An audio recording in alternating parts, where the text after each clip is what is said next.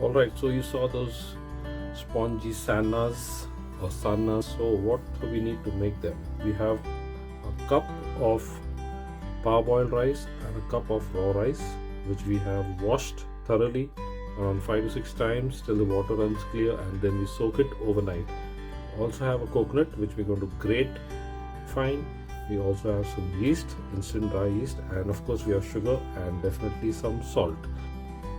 Alright, rice has been soaking all night, and now we're going to grind it in portions. We're also going to add in between some of the grated coconut that we have.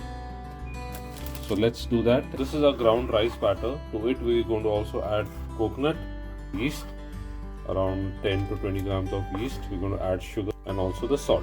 So once we mix all this together, we leave it to ferment in a warm place for around 3 hours. If it's the cold area, then we leave it for around 6 hours. After 6 hours, the batter should rise, and that's the sign when our batter is ready to be steamed. So let's continue. Alright friends, so after 3.5 hours, the batter has risen to the rim, right to the top. So it's time now to prepare the molds and then steam the sannas. Alright, so we are filling our molds for steaming. That's the batter. So it's halfway up the mold.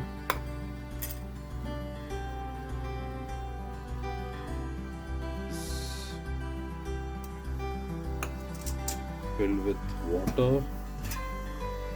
So it's filled with water halfway. I'm going to place them on the steamer.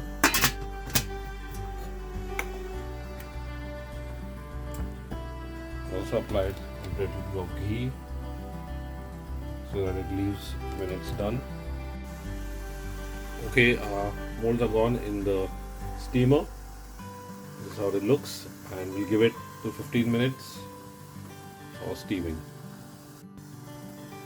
Alright, so our sannas are done after 15 minutes of steaming.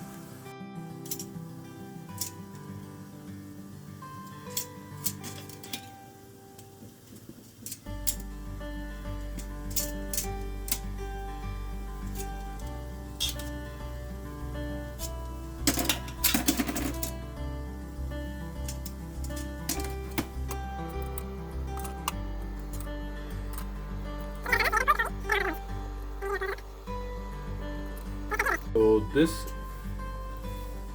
is the way it looks after it's steamed. Nice, soft and spongy. Let us break one, take a bite and say,